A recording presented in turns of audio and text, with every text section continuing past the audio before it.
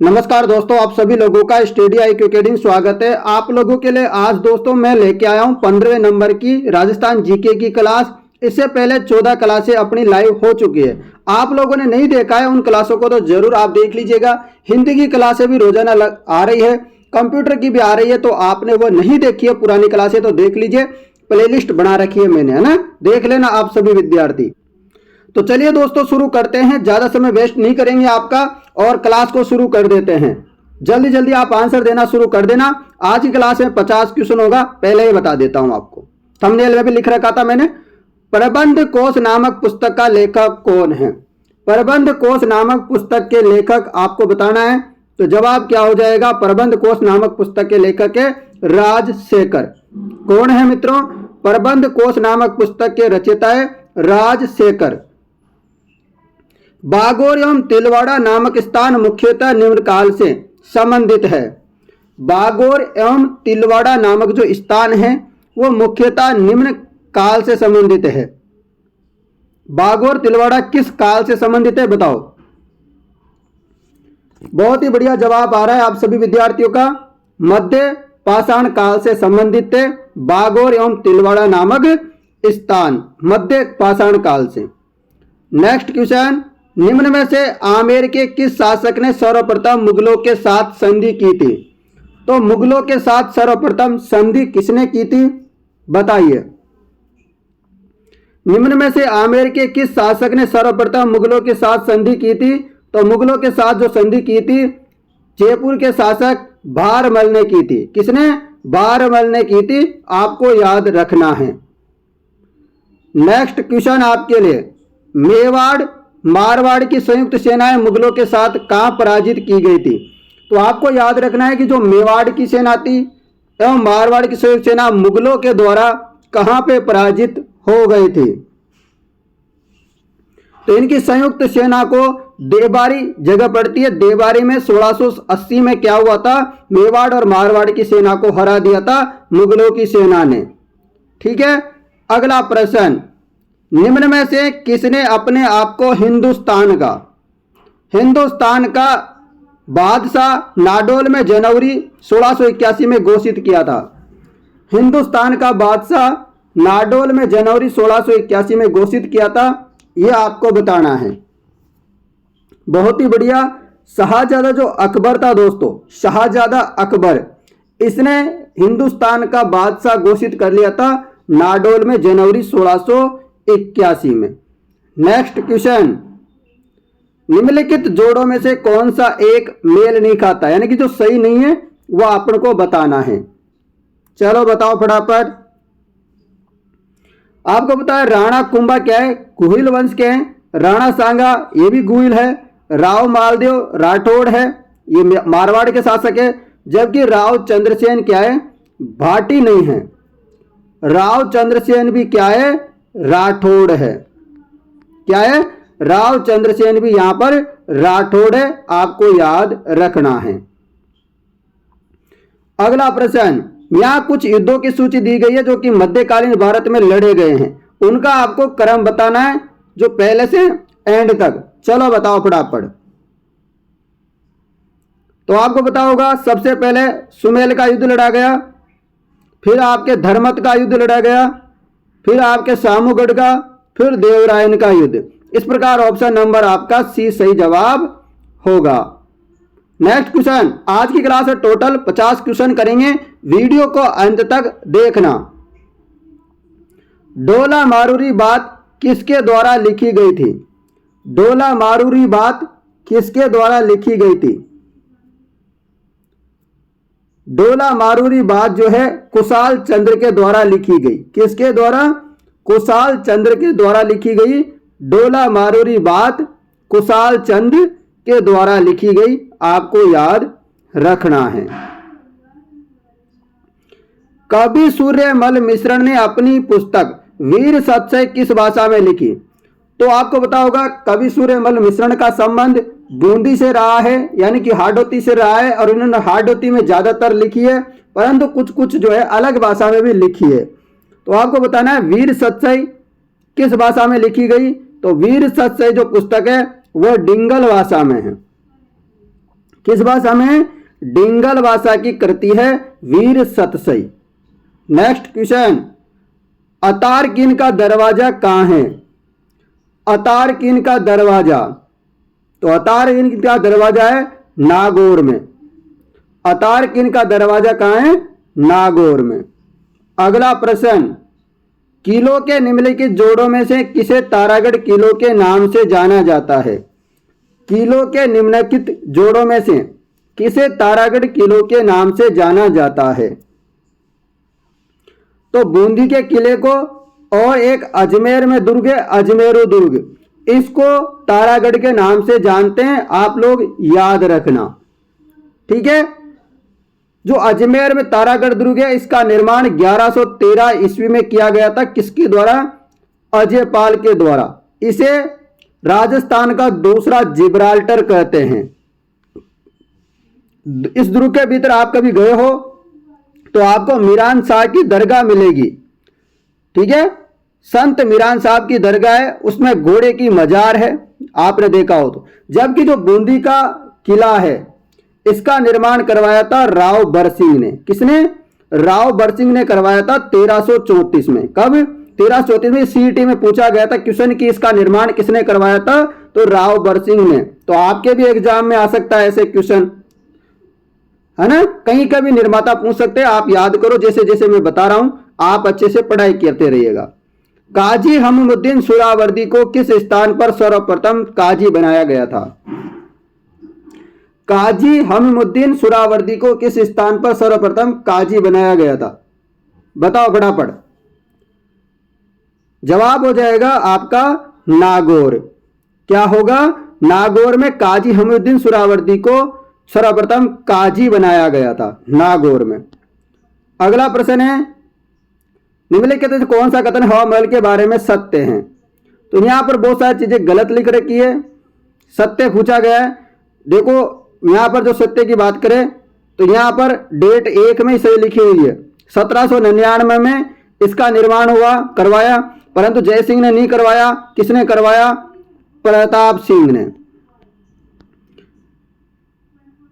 जो हवा महल है इसका निर्माण प्रताप सिंह ने करवाया था 1799 में, और ये 6 मंजिला नहीं है, 5 मंजिला है। तो ये आप डिटेल याद रखिएगा। चलो अगला प्रश्न, 84 खंभों की छतरी के बारे में निम्नलिखित में से कौन सा कथन असत्य है? आपको असत्य कथन ढूंढ के बताना है 84 खंभों के बारे में।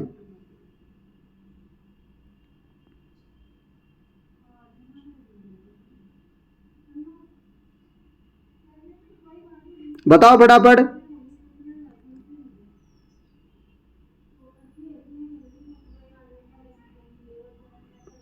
मेरे हिसाब से यहां क्या पूछा था?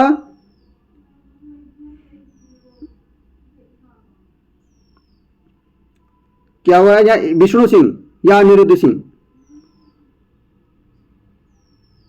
इसमें गड़बड़ है, आप इसको छोड़ो थोड़ा सा, है ना, इसमें थोड़ा सा गलती है, मैं आपको इसको अलग से बता दूंगा। ठीक है, विनायका, हथियागोड़ एवं कोलवी की प्रसिद्ध गुफाएं, प्रसिद्ध गुफाएं किस किले में, जिले में अंतर्गत स्थित है? जो प्रसिद्ध पर्यटन स्थल है, बताओ कहां पर है? तो आपको याद रखना है विनायका, हथियागोड़ एवं कोलवी की प्रसिद्ध गुफाएं कहां हैं? तो ये झालावाड़ में है। कहां पर है? झालावाड़ में है मित्रों। ठीक है, चलो नेक्स्ट क्वेश्चन, प्रसिद्ध स्मारक सुनहरी कोठी स्थित है। प्रसिद्ध स्मारक सुनहरी कोठी, कौन सी कोठी? सुनहरी कोठी, ये आपके टोंक में है। टोंक को नवाबों का शहर भी कहते हैं। अगला प्रश्न, झाला जालिम सिंह के बारे में कौन सा कथन सही नहीं है? झाला जालिम सिंह के बारे में कौन सा कथन सही नहीं है, बताना है। तो आपको पता है वह कोटा का राज्य का शासक, कोटा राज्य का शासक नहीं था, आपको याद रखना है। तो यही गलत है पहला ही। वह कोटा का फौजदार एवं महान कूटनीतिज्ञ एवं राजनेता था, बिल्कुल। उसने पिंडारियों के साथ मित्रतापूर्ण संबंध स्थापित किए, यह भी सही है। कोटा राज्य का शासन पूर्णतः उसमें नहीं था, यह भी सही है, परंतु वह शासक नहीं था। अगला प्रश्न, सन 1817 में किन राज्यों के द्वारा ब्रिटिश ईस्ट इंडिया कंपनी के साथ संधियां की थी? तो 1817 में किसने ब्रिटिश ईस्ट इंडिया कंपनी के साथ संधियां की? तो वो की थी किशनगढ़, करौली, कोटा। किशनगढ़, करौली, कोटा आपका सही जवाब होगा। अगला प्रश्न, कुशाल सिंह की पराजय के बाद ब्रिटिश सेना ने आहुआ पर कब्जा किया था। कुशाल सिंह की पराजय के बाद ब्रिटिश सेना ने आहुआ पर कब्जा किया था। तो कब किया था? 24 जनवरी 1858 में कुशाल सिंह की पराजय हो गई, तो फिर ब्रिटिशों ने यहां पर अपना आधिपत्य कर लिया, कब्जा कर लिया 24 जनवरी 1818 को। डेट याद रखना, 24 जनवरी 1818 को प्रसिद्ध भगत आंदोलन का नेतृत्व किया गया था। दोस्तों इंपॉर्टेंट है सारे के सारे क्वेश्चन, वीडियो को अंत तक जरूर देखें। प्रसिद्ध भगत आंदोलन का नेतृत्व मैंने कल भी बताया था, गोविंद गिरी गोपपालिया और उनके शिष्य पुंजा धीरज जी के द्वारा। ठीक है, चलो अगला प्रश्न, किसान पंचायत जिसकी स्थापना 1916-17 ईस्वी में की गई थी, संगठन का संबंध था। किसान पंचायत की स्थापना 1916-17 में की थी, इस संगठन का संबंध किससे था? सभी विद्यार्थियों को पता होगा, बिजोलिया किसान आंदोलन से इनका संबंध था। और पंचायत की स्थापना की जिसका अध्यक्ष कौन थे? तो किसान पंचायत के अध्यक्षता के जो अध्यक्ष कौन थे? मन्ना लाल पटेल थे। किसको बनाया गया था अध्यक्ष? मन्ना लाल पटेल को।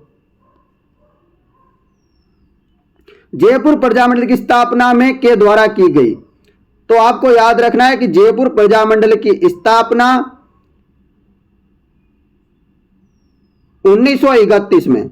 1931 ऑप्शन, 1930 में तो कुछ हुआ ही नहीं था। हाँ 1931 ठीक है। 1931 में की थी कपूर चंद पाटनी ने, परंतु महात्मा गांधी द्वारा। यह गलत है, यह गलत है, यह भी गलत है। 1931 में जमनालाल बजाज नहीं था।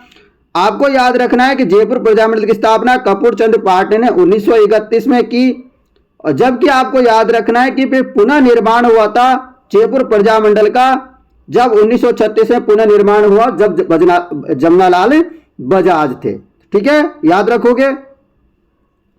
अगला प्रश्न, विलय पत्र पर हस्ताक्षर करते समय किसने कहा था कि मैं अपने डेट वारंट पर क्या कर रहा हूं? हस्ताक्षर कर रहा हूं।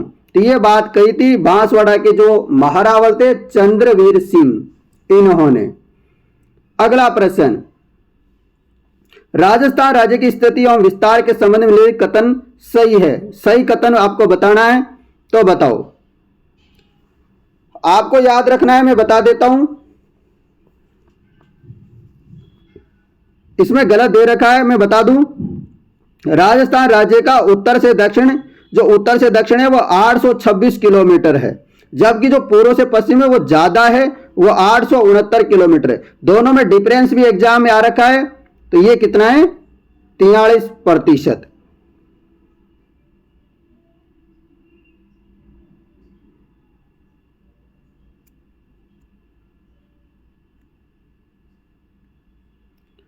सारे के सारे कथन सही है। यहां पर देखो, ये इसको छोड़ के सारे कथन सही थे। जैसे कि राजस्थान राज्य का भौगोलिक क्षेत्र भारत के कुल क्षेत्रफल का 10.41% बिल्कुल। अंतरराष्ट्रीय सीमा 1017, अंतरराष्ट्रीय सीमाओं की लंबाई 4850 है भी सही है। राज्य की आकृति विषम कोण चतुर्भुज है। या तो फिर यहाँ क्वेश्चन होना चाहिए था कि गलत कौन सा है, तब तो ये सही हो जाता, परंतु उस समय क्या एग्जाम में ऐसा पूछा था कि यहां पर गलत कौन सा है, ये सही कौन सा है। तो ये तीनों सही है और ये गलत था। ऐसा होना चाहिए था क्वेश्चन। यहां पर क्वेश्चन आना चाहिए असत्य। क्या होना चाहिए? असत्य, तब अपना आंसर देते ऑप्शन नंबर अ। समझ गए आप लोग? चलो अगला प्रश्न, राज्य के धरातलीय स्वरूपों के संबंध में निम्नलिखित में से कौन सा कथन गलत है? कौन सा कथन है जो गलत है? पश्चिमी बालू का मैदान, पश्चिम का जो बालू का मैदान है वो आपको पता है 33 महासागर का अवशेष है। दक्षिण पूर्व का जो है गोडवाड़ा लैंड का है।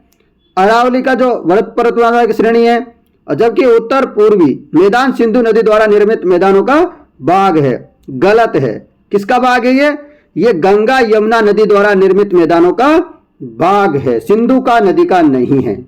चलो अगला प्रश्न, राजस्थान में अफीम का उत्पादन निम्नलिखित में से किन जिलों में होता है? तो राजस्थान में अफीम का उत्पादन होता है, वह कौन से जिलों में होता है अफीम का उत्पादन? तो अफीम का उत्पादन होता है झालावाड़, कोटा और चित्तौड़गढ़ में। अगला प्रश्न, राजस्थान की मिट्टी के संबंध में निम्नलिखित में से कौन सा कथन सत्य नहीं है? मिट्टी के संबंध में जो सत्य नहीं है वो आपको बताना है। थार मरुस्थल में ग्रेनाइट और बलुआ पत्थर शैलों से बलुई मिट्टी का निर्माण, बिल्कुल सही है भी। दक्षिण भाग में ग्रेनाइट, नीस, क्वार्टर शैलों से लाल लोमी मिट्टी का निर्माण, ये भी सही है दक्षिण भाग में।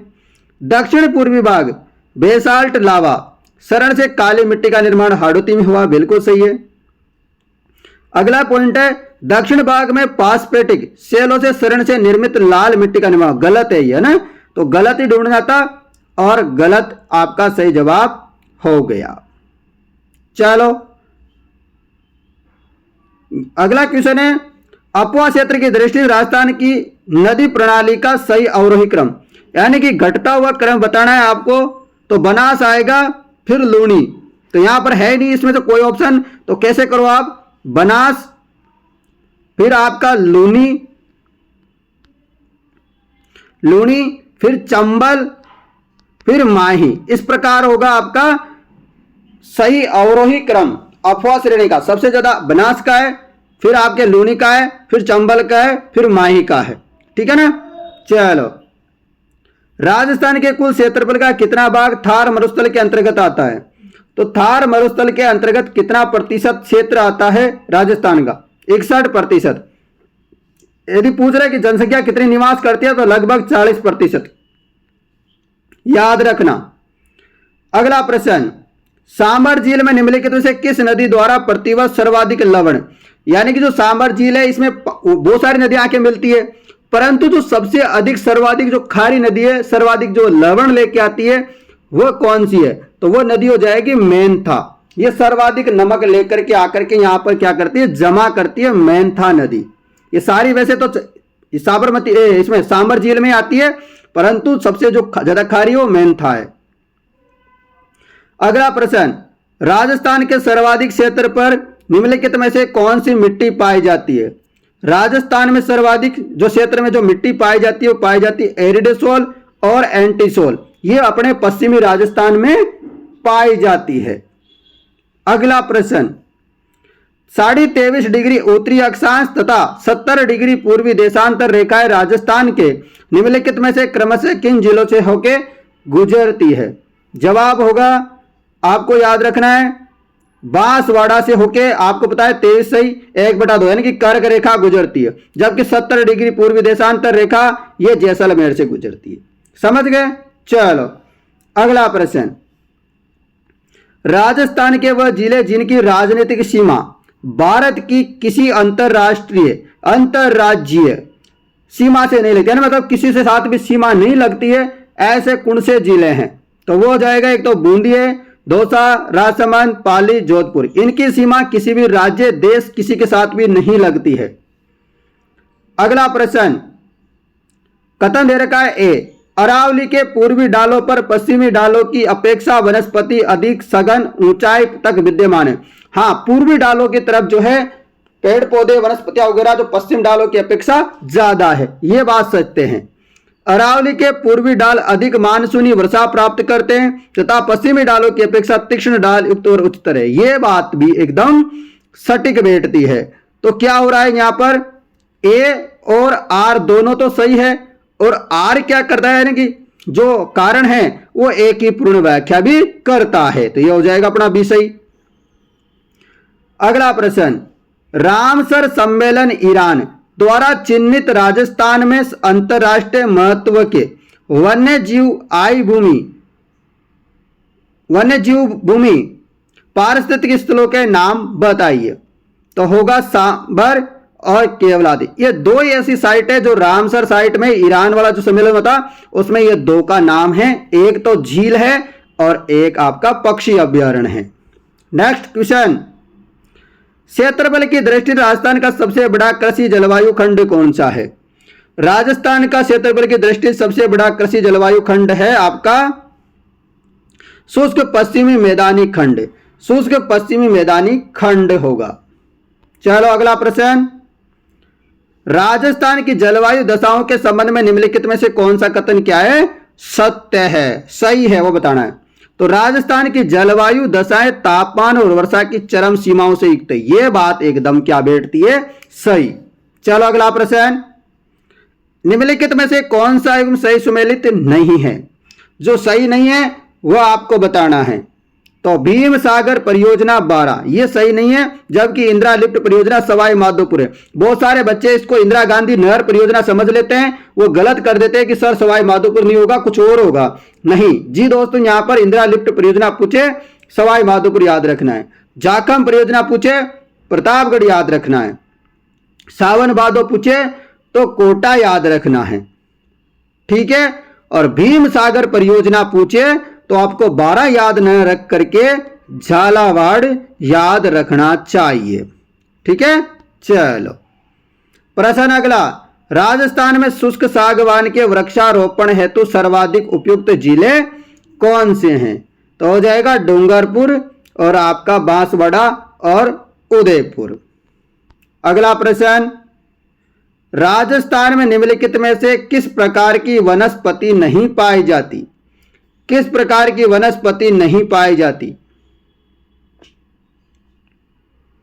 राजस्थान में, बताओ। तो आपको पता है उष्णकटिबंधीय सदा रहित वनस्पति राज्य में नहीं पाई जाती हमारे यहां। चलो अगला प्रश्न, दोस्तों क्लास कैसी लग रही है फटाफट कमेंट कर दो एक प्यारा सा, ठीक है ना, कमेंट करो फटाफट। राजस्थान में लिग्नाइट कोयला उत्पादन के प्रमुख क्षेत्र है, राजस्थान में लिग्नाइट कोयला उत्पादन के प्रमुख क्षेत्र, लाइक भी कर दो, वीडियो को शेयर भी कर दो फटाफट। तो बरसिंहसर, कपूरड़ी और मेड़ता ये क्या है, कोयला के लिए प्रसिद्ध है, लिग्नाइट के लिए। अगला प्रश्न, राजस्थान में प्रथम योजना काल से अब तक कृषि फसलों के क्षेत्रफल में घटित निम्नलिखित में से कौन सा परिवर्तन असत्य है? असत्य। तो खाद्यान्नों के अंतर्गत क्षेत्रफल लगभग 14% बढ़ गए, ये गलत है और अपने को असत्य ही ढूंढना था। तो फिर सही क्या क्या है, देखो सही है रहे। दालों के अंतर्गत क्षेत्रफल लगभग 3% की घट गया है, बिल्कुल। तिलहन के अंतर्गत क्षेत्रफल 15% बढ़ गया, ये भी सही है। गन्ना, ग्वार, चारा, फली, सब्जी, मसालों के अंतर्गत क्षेत्रफल में कोई परिवर्तन नहीं हुआ, ये तो सही है, ये छोड़ दो। अगला प्रश्न, वर्तमान में राजस्थान में जल की कौन सी समस्या विकराल रूप धारण कर रही है? तो जल की कौन सी समस्या आ रही है ज्यादातर? अंध और दूसर क्षेत्रों की बढ़ती संख्या। अगला प्रश्न, सूची फर्स्ट को सूची सेकंड में आपको मिलान करना है। चलो बताओ, एक तरफ लिफ्ट दे रखी है, एक तरफ लाभान्वित जिला दे रखा है। चलो बताओ फटाफट। आपको पता है जय नारायण व्यास, जय नारायण व्यास ये आपको याद रखना है, जोधपुर जैसलमेर, क्योंकि जय नारायण नाम आते जोधपुर होना चाहिए, या तो ये होता या ये होता, परंतु जैसलमेर के साथ इसका सही है, ठीक है ना, ये तो हो ही नहीं सकते थे दोनों। चौधरी कुंभाराम, अब चौधरी जी का संबंध कहां से, कुंभाराम जी का, इनका संबंध हनुमानगढ़ चूरू से है। Pannalal Bharupal Bikaner Nagaur, doctor Karni Singh Jodhpur Bikaner, option number C सही होगा। अगला प्रश्न, राजस्थान का वो राष्ट्रीय राजमार्ग जो स्वर्णिम चतुर्भुज परियोजना पूर्व पश्चिम कॉरिडोर दोनों का हिस्सा है, स्वर्णिम चतुर्भुज परियोजना और पूर्व पश्चिम कॉरिडोर दोनों का क्या है, हिस्सा है, NH-76। आपको पता है ये सिरोही, उदयपुर, चित्तौड़, भीलवाड़ा, बूंदी, कोटा, बारां जिला से होकर सिलचर असम तक जाता है, आपको याद रखना है। इसका नाम NH-27 भी आता है, ठीक है ना। चलो अगला प्रश्न, राजस्थान के 13 नदी बेसिनों में कुल सतही जल की संभावना कितनी है? 15.86 मिलियन एकड़ फुट। 50 नंबर का अंतिम क्वेश्चन है, खनिज दे रखा है, खनन क्षेत्र दे रखा है, ठीक है। चलो बताओ, सीसा जस्ता, सीसा जस्ता कहां पे मिलता है? रामपुरा अंगुचा। 12 में क्या मिलता है? ये तांबा कहां मिलता है? तांबा मिलता है आपका चांदमारी में। बेरिलियम कहां मिलता है? बेरिलियम मिलता है बांदर सिंदरी में, लोएस्ट मोरिजा में। ऑप्शन नंबर अपना सही हो जाएगा। तो दोस्तों आज मैंने आपको 50 क्वेश्चन करवाए, ये 50 क्वेश्चन आप लोगों को कैसे लगे कमेंट करके बताना मुझे, क्योंकि 50 टॉप MCQ थे आपके लिए ये। और इसकी PDF आपको Telegram group study IQ academy में देख लेना, वहां मिल जाएगी अभी 10 बजे। ठीक है, तो बताइए मुझे कमेंट करके आप सभी के सभी विद्यार्थी क्लास कैसी लगी। और क्लास आपको बताया रोजाना शाम को 7 बजे होती है। ठीक है दोस्तों, मैं मिलता हूं आपसे कल एक और नई वीडियो के साथ। तब तक जय हिंद दोस्तों, जय भारत।